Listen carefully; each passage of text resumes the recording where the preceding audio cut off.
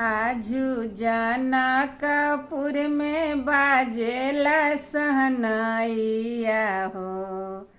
आजू जनकपुर में बाजेला सहनाइया हो। होवेला सिया जी के विवाह ये लाला।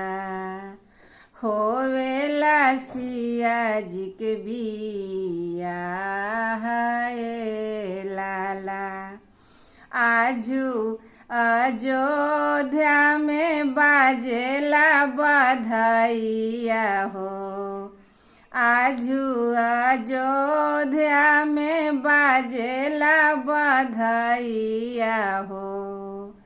राम सिया के होवेला बियाह ये लाला। राम सिया के होवेला बियाह।